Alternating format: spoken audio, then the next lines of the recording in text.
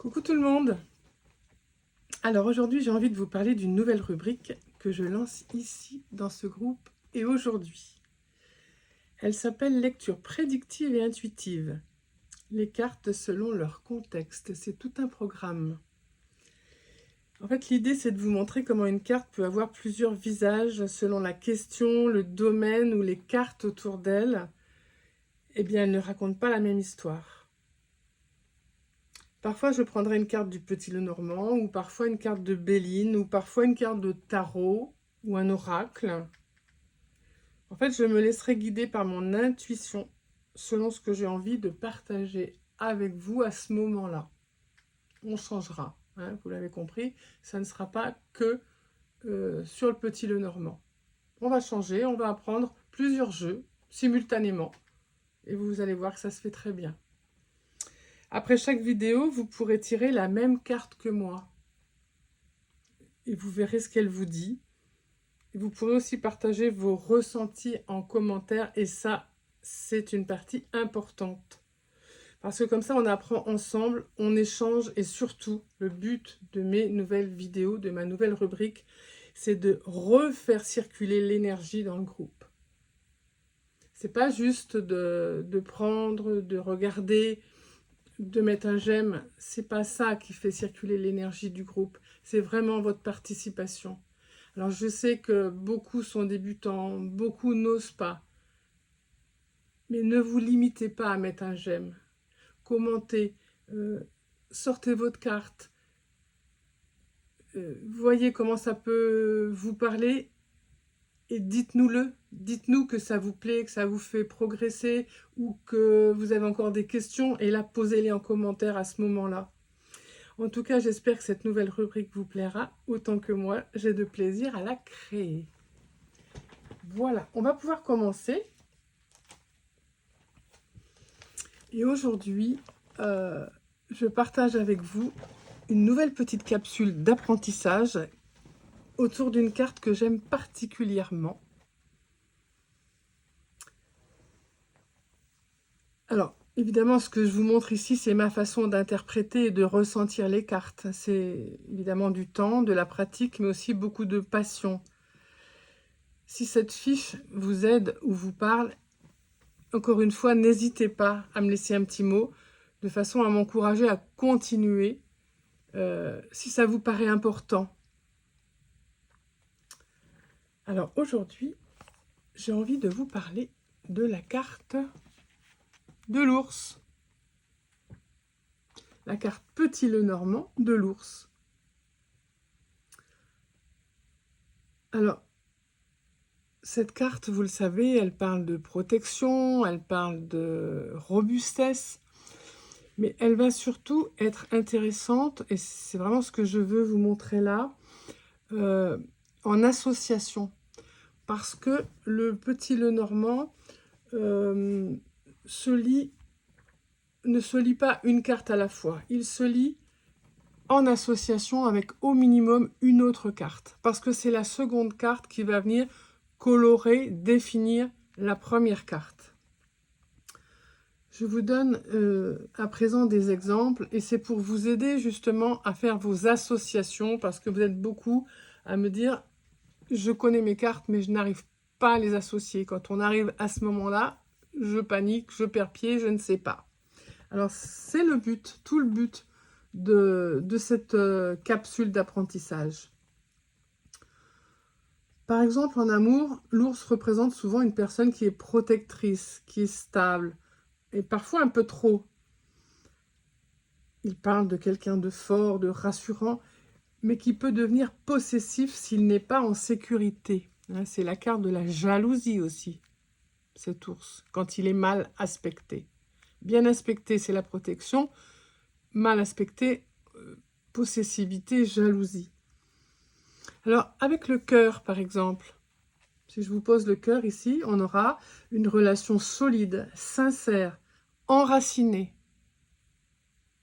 Vous voyez, on en sait plus.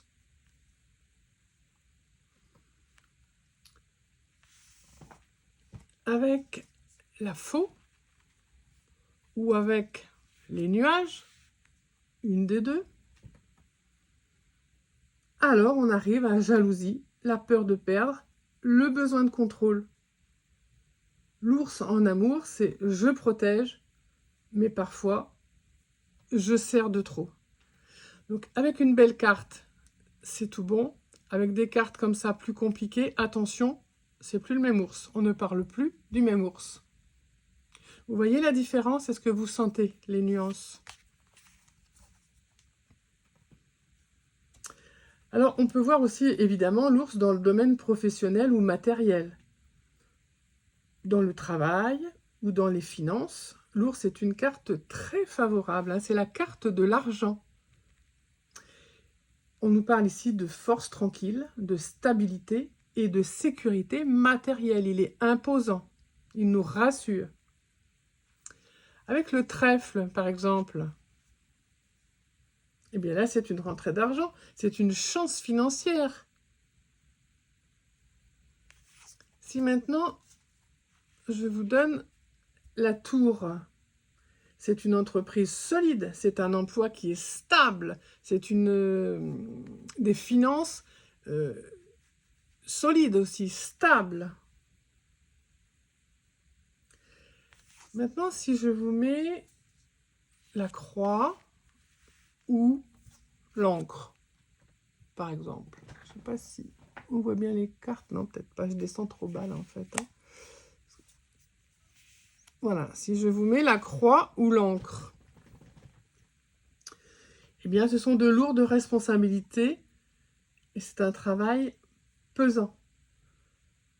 Ici, ce sera la carte du Gers, mais je porte beaucoup. Je porte tout le poids, les choses lourdes. Vous voyez?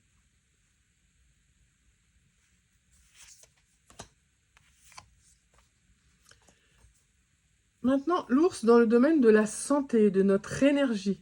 En santé, bien, l'ours correspond à tout ce qui est le poids, vous le savez, hein, la force, la densité, l'estomac, la digestion, la vitalité, toutes ces choses sont représentées là, avec notre ours.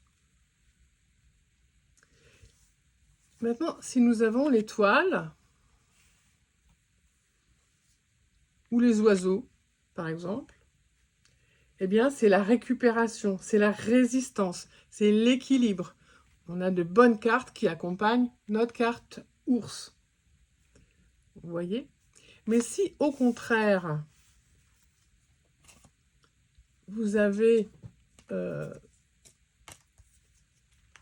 croix, ou vous avez le cercueil, eh bien, c'est de la lenteur, des blocages ou des excès. Alors évidemment, le contexte est essentiel. L'ours peut être une force vitale ou une surcharge selon ce qui l'entoure. Il peut être très positif, mais si les cartes à côté sont moins bonnes, ne croyez pas que l'ours reste une carte très positive. Je viens de vous le montrer, il faut toujours combiner la carte avec au moins une autre. Hein, là, c'était celle-ci ou celle-ci. Voilà, ou celle-là. Voilà. Donc, j'espère que grâce à ces petites vidéos que j'ai l'intention de faire régulièrement, vous allez mieux capter les cartes, mais surtout mieux capter comment les lire. Donc aujourd'hui, on parle du Petit Lenormand.